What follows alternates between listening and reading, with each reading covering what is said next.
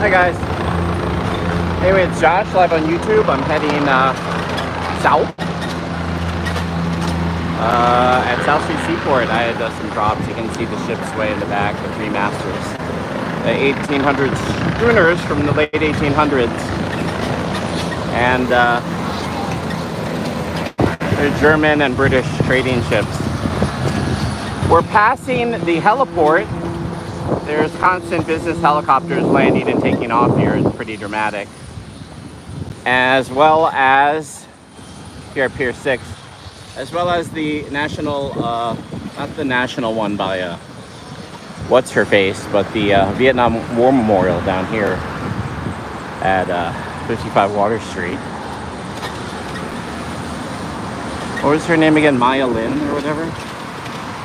This is the memorial where all of the glass panels are etched with actual letters from Vietnam veterans of America writing home. Over 55,000 American lives lost in the Vietnam War, 68 to 75. I'm not a history teacher, but I know a few facts. Those very difficult days for America. Let's see. We're passing the lower piers here. We're going to South Street. This is the Governor's Island Ferry. This is actually the bike path. You can see the bicycles on the ground. Even though it's pedestrian path, this is the actual bike path here, believe it or not, which is pisses off a lot of pedestrians when there's a lot of traffic. But that's the way the city planned it for now, unless they can make the street wider, which they can't. But other people don't realize the bike path now turns a sharp right. So now we're on the bike path here that says follow the brown and tan brick road. Follow the brown brick road. Follow the brown brick road. Follow the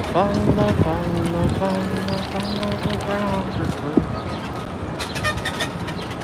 There's Wall Street in the distance, and we have some very famous buildings down here as well. As we bring the bike back to base. This is my ride from South Street. It's a beautiful day for a bike ride. So I'm going to go through all of the community gardens down here in Battery Park City as I zip up north on the West Side Highway. Ooh, tight fit.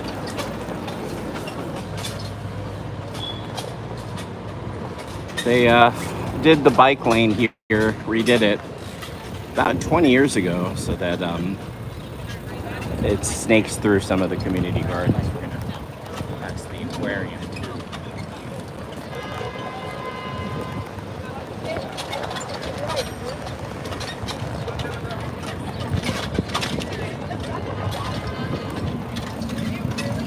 This is Battery Park City. On the left, they have the carousel with Danny Elfman music. And there's some tents up here at the Summer Streets event. The gardens are so well maintained. The gardeners take great pride in planting the baby's breath and all of the different flowers and annuals. It really is quite wonderful. They have a real green thumb down here now, in this garden in particular. And it's teeming with life, foliage, flora and fauna. I'm gonna take the left path. Here's one of the happy gardeners. They have a community garden growing spinach and tomatoes and kale and stuff. They have a community garden here. I've had this here before at this scale. Alright, wow, look, you can. I know that in California you can rent or buy your community garden space and plant whatever you want. It's a few $100 a year or something like that. Then you can grow your own food. But I don't know if they do that here. Hi, good day. Have a good day, guys. Alright, we're gonna keep going. And This is a detour, because they're obviously building something by Clinton Castle. It says Battery Park is open. If you go into Clinton Castle, you can get all the tourist tours of the Lower Manhattan, as well as tickets to the Statue of Liberty and Ellis Island. Here in Battery Park City, the southernmost tip of Manhattan, there's a big castle in there, a castle keep. It's got cannon windows in like a 360. New York is attacked by ship. The cannons can defend the southern tip of the island. I guess it goes back to revolutionary times, huh? But you see the old sketches and pictures of Lower Manhattan. How's it going? Can you do backflips? Says JT. No, I never could. I did a few times on a trampoline with friends, like spinning my back. You know, like where you have where you jump and you lean back, and then a friend helps you, like puts their hand on the small of your back so you can pivot over it. But I never had a trampoline. I grew up in the city, and a lot of kids who grew up in like the suburbs or grew up in a private house, they had like a little trampoline in the back, so they learned to do that in their backyard. But nah, I grew up in the city. I mean, we played stickball on the street, stoop ball. We played football, frisbee, a lot of basketball. I was in Little League. But like calisthenics, like now that I'm getting older, like I would love to be able to do a backflip. I would love to be able to do calisthenics, like do chin-ups and like swing on bars and jump from, you know, high bar to high bar, like that parkour type stuff. I've been told that when you reach your 40s and 50s, you can really maintain like peak health by doing calisthenics. I'm not talking just push-ups and sit-ups. I'm talking about like hanging onto the bars and doing basic parkour moves, and frog jumps and stuff. That's what I've been hearing is some of the most fit middle-aged men just have been doing calisthenics. And they started late. So being like one of a high-level juggler, like not the best in the world, but you know, above average juggler,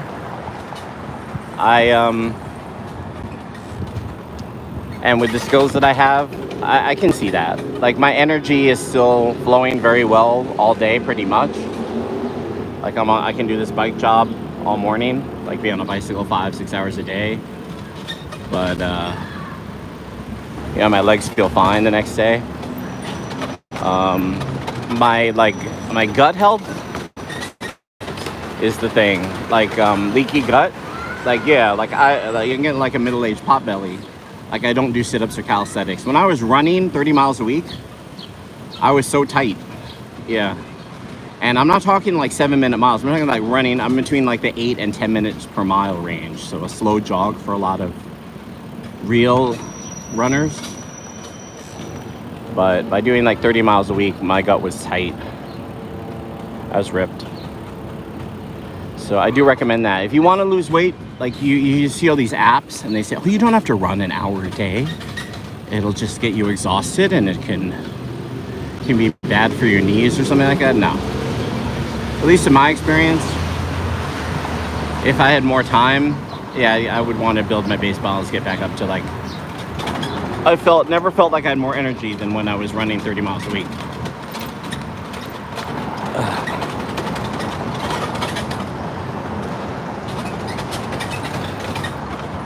How's it going? So this is a Freedom Tower. We're in New York City, going north on the west side. It's Freedom Tower. It's the tallest building in the Western Hemisphere.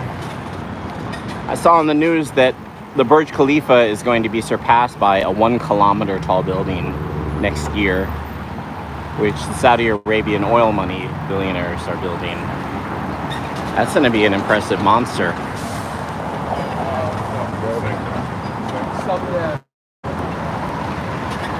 Kilometer high.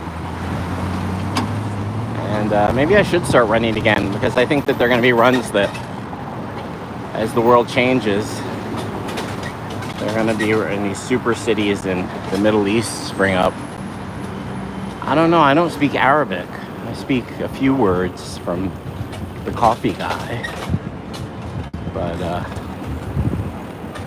I mean, I don't speak conversational level Hebrew or Spanish either. I mean, I can fake my way through a conversation in Spanish, or say greetings in Hebrew or French or Chinese, but I couldn't hold a conversation anything but English, being an American. I guess to my own demise or whatever, intellectually. Like, yeah, I'm not a polymath when it comes to languages. I have more support. Immersion. Hi. Immersion as well. Some people say that if you immerse yourself in a community where you can only speak the language, you pick it up faster. As you're listening and you're at more attention because you want to communicate. Can I sneak through this? Can I fit through this thing or no? I don't think I can. Let me see if I can fit through this.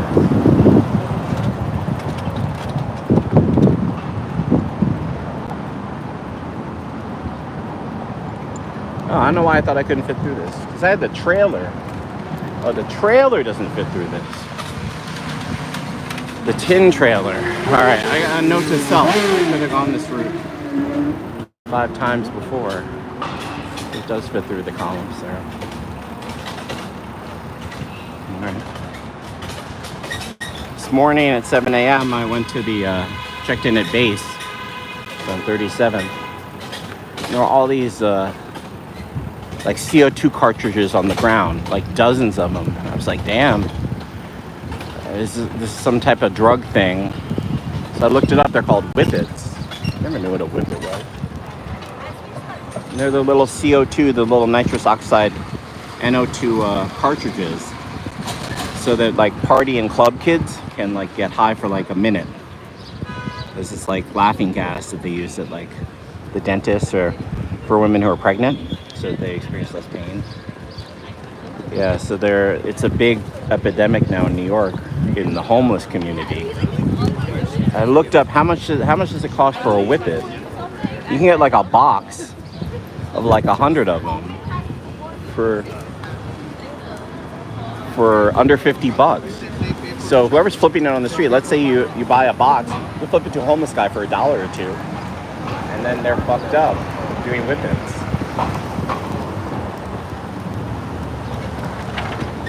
I've never been a drug dealer, so I can't tell you about that. But when I get back, if the sanitation guys didn't clean it up this morning, when I get to the block, I'll take a photo of it. It was stunning because it was by the homeless community. There were just dozens of them in the gutter on the street and right in the middle of the road. I was like, what is this? It's like silver mine. They're those little canisters that you see for, they also have them as bike emergency things. Like you can, if you have a flat, you can fill it with like a foam that is in those little silver canisters that are filled with a chemical. And then you can ride on the tire on the quick foam to a bike shop, and the foam will be cushiony enough that it doesn't fuck up through the rims, and it's a smooth ride to a bike shop. It's like an injection mold, but they have injections, and they're called whippets because of whipped cream. They're the same ejection gas that whips the milk or cream inside a whipped cream aerosol. It looks like aerosol, but it's actually a NO2 cartridge. Fun fact to know. So then I'm thinking about a circus prop called a yo-yo, the Chinese yo-yo. And you can't figure out, no one speaks Chinese, and they want to have fun with the toy. So then some artist years ago is like, oh, we could do whippets, because they're like these, you generate a spin by whipping they call it whipping it. It's a quick burst of energy. Just like the drug, apparently, the club drug. And then you can have like 20 seconds of tricks, like yo-yo tricks. So if you ever see a yo-yo artist, with the flick of the wrist, they spin it like a wheel, and they have a 20-second time interval to manipulate the prop in the string and fold the string and do cat's cradle or rock the baby or do whatever moves they do around the world. With those folds, there's different string manipulations and stuff, and ties and folds and false knots and whatever they do. So then I was like, oh, I could do a yo-yo song to whippets, huh? Because you get that short burst of energy, and then you can do all these cool moves for 20 to 30 seconds, and then you have to whip it again though. So whoever the homeless people are that in this community doing, that's what came to mind, was that stupid toy that club kids know. Oh yeah, like whip it. It's like a burst of, oh, and then when you ride out, and you like ride it like a surfer rides a big wave down, and that kind of a head rush. Being someone who's not into psychedelics or recreational drugs, why does it matter to me? Right? You know, like, it doesn't.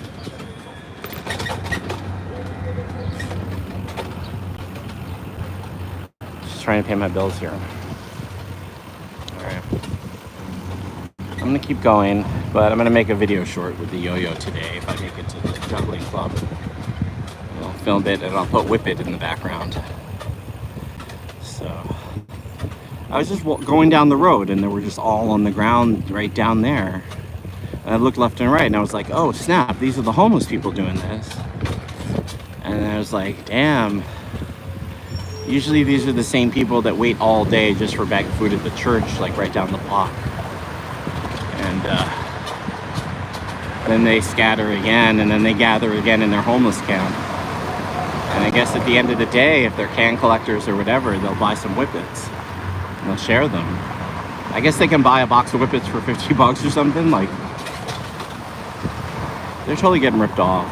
They don't understand that it's a really cheap drug to buy. So some scumbag is like, can like order on Amazon. Someone would track the orders. Just killing homeless people in a sad way. By making them OD on whippets. They're just like, their minds are blown all day from the drug. They just keep doing it over and over, and then boom, another one. Oh, I need another one. Here's another $1. Get 20 more cans. Get a whippet. And they're scrounging around, running around the street, getting aluminum cans or bottles or glass bottles just for that one junkie high. They've been doing sells it for $1. It's like tripling his money. Whoever the whippet dealer is. Yeah, that's crazy.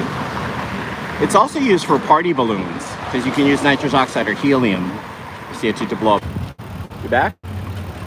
And we're back.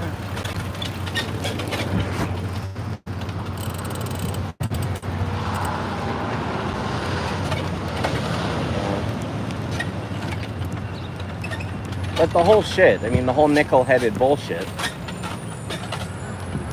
Let me hold this in my right hand. The whole thing that's so annoying is like you have these kids, they're gonna party anyway. Then like the old drug, what do they care about the old drug? They have the new drug. But then they just throw it out there. Oh yeah, you know what? Much I had that rave, and I'm coming down from those whippets.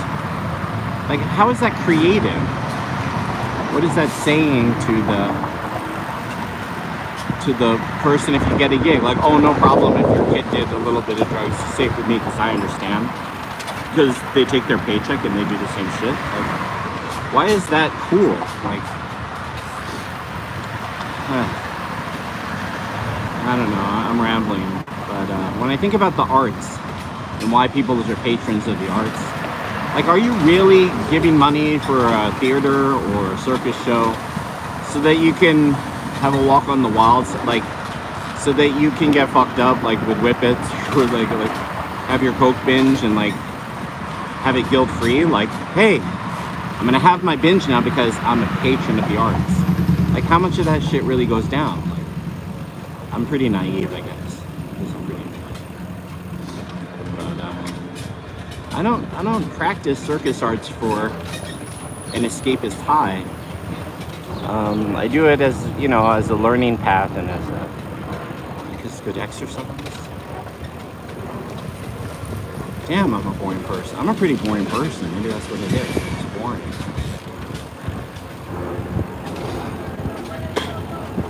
And for tip money, I mean, I really enjoy it when I street perform and there's 100 people, 50 to 100 people, just standing together, friendly, making small talk. Oh, he's a talented juggler, or oh, does your daughter go to the same school as my daughter or my son? And then new friendships are made, or people are just nice to each other for a half an hour. Well, I just do simple skills that I've learned and spent my time learning over the years to entertain folks. Like, I really do enjoy, I really do feel like when I perform, and I haven't been getting rich off of this, but that I'm contributing something to the community, an experience for children and families that is hopeful. I think that's what a juggler does. That's why it's captivating. It's like we have a group here that's enjoying this moment in peacetime, at this moment, this half hour. Like, that's what it's been like. I mean, that's why I'm addicted to juggling, even though I'm not getting performance venues or getting NEA support or support from other artists. I've achieved the level that I've achieved through my own self-discipline, being an above-average juggler. But I really do enjoy it when I have successful shows, when they're successful. Right? When kids say, hey, thank you, you're the best juggler ever. And you say, you're the best juggler I've ever seen all day. Enjoying the park with their mom and dad, or their nanny, or their friends, or their boyfriends and girlfriends are hopeful because they're standing among families with kids, and families are hopeful because people are getting along. It's just a street performance. That's the magic of street performing. You know, it's like you're not a priest, you're not an MC of a network show, but you're the center of a moment of time for a group of people from all over, every social and economic strata, for a moment enjoying life together in a small group. Right?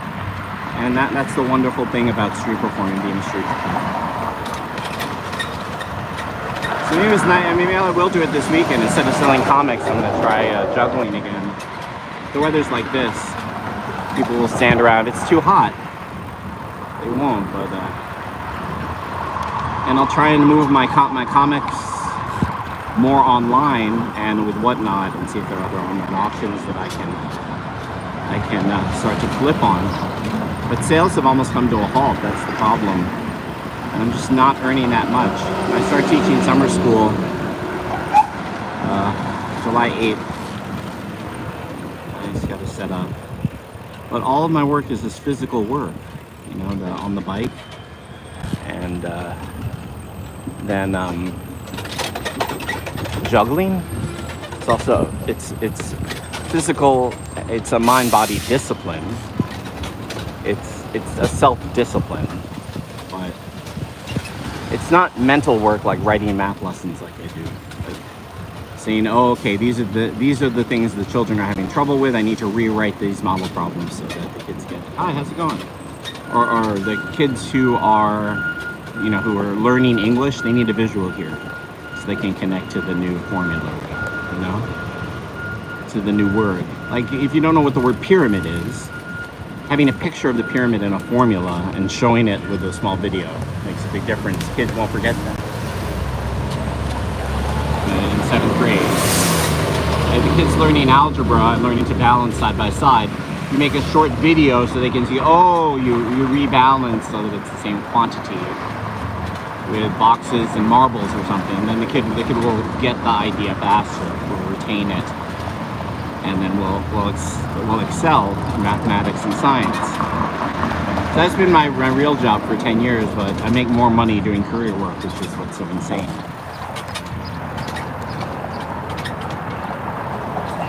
How's it going? So this is Chelsea Pier, some gorgeous ships here. And I'll keep going. The crazy thing is that yeah, I took all my savings, and again, a shout out and thanks to my brother and my sister for helping me with my apartment. And I can't even pay my monthly bills with what I earn at this point. Look, it's the Gary building. And they've been quietly supporting me as I apply to more and more jobs for more teaching work. Do what I can. We're approaching 23rd Street. When we make it to 34th, I'm going to pull over and put my helmet on. So we're going back to base. I often take it off after the first or second delivery because of the chin strap. And when I go into a building, I have hat hair, so I put a hat on instead of my helmet. And I'm pretty safe. In New York City, there's no helmet law, but I would prefer to wear a helmet if it wasn't uncomfortable. I have an $8 helmet from Salvation Army, but I do wear a helmet depending on the trip that I'm doing. Very careful rider, careful and experienced biker. How's it going? All right, I'll do a follow for follow, and again, thank you for your sub support. We're over 750 subs, so 3/4 of the way to 1,000 here at JSMWNYC after about 16 years on YouTube. Yo! And, ooh, is that lavender? And the smell here is so good in the summer. If you haven't been on this path, these gardens are so pungent. It's like you can feel the energy of the earth. Like, it's not just the pine needles; it's the flowers and the fauna. Whatever they choose, like the most pungent flowers for this garden here on the left, by on the north side of Chelsea. If you ever walk around the city, you just feel like you're in the country. You feel like you're in the wilderness in the country. That garden. You're on 24th Street and 12th. Check it out if you can sometime. I'm not gonna go on the side road because I'm going back to base. This is the Frying Pan. It's a restaurant on the water. And there's also another community garden here, which is being upgraded year after year. It's a wonderful space. We're gonna pass the heliport and the composting area of the city. And these orange flowers are great in the summer as well. These are small changes, but the various lilies and tiger lilies and orchids and purple flowers and baby's breath that they put out on the street, it's like you know, being on a Long Island beach. I don't know if it's a tourist thing. Being a kid who grew up in the city, it used to be dusty and dank down here. It smelled good. And maybe it's just getting older, but you appreciate the money that the city's put into revitalizing the side roads here along the perimeter of New York, like all around the island, since 9/11. This is kind of a new thing. It wasn't as beautiful down here. These yellow daisies and orange black-eyed Susans and tiger lily. Everything was dusty and you wouldn't want to bring your child down to the waterfront in New York City when I was a kid.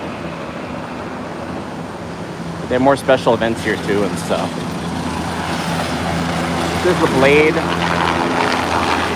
heliport, another of the more active heliports in New York. And on the right are some municipal yards for the trains and for NYPD vehicles as well. This is the composting area, same area. They've really expanded. There used to just be 3 mounds of compost, and now we've expanded the program. You can see a few of the mounds here, the mulch and compost. But these as well can several tons of fertile soil that they can send around the city to parks and gardens. And I don't know if you can buy it, but you can smell that it's got minerals and it's been properly processed. It smells like the earth you buy, $50 bags of earth that you buy here. Bought anything for a garden with your mother or a relative. Or fertile soil. Hey, pickleball's there. All right, let's go.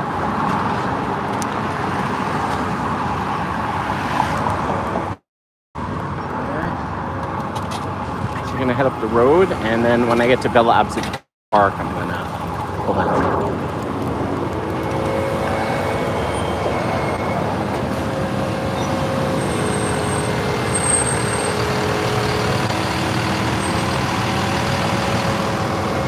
Heavy traffic heading north.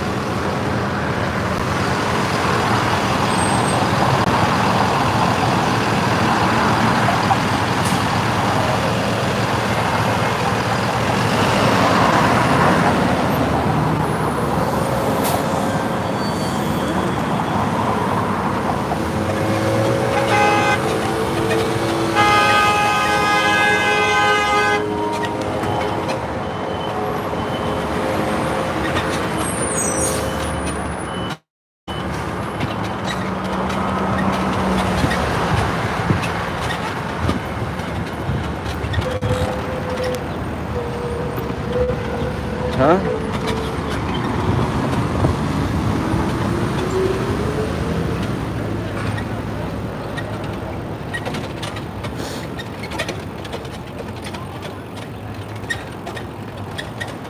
All right.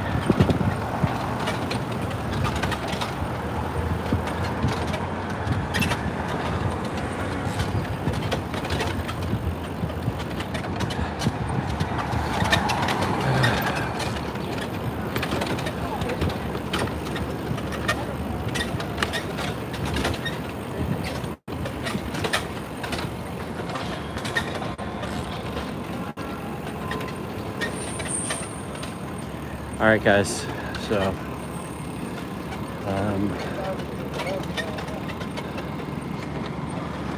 have a nice day. I'm out of here. You can pull over at your own park and put my helmet on and head back to the base. So, thanks for checking me out. Do a sub for sub. Please check out my videos on circus arts, staying healthy, math tutoring. And you have a nice day.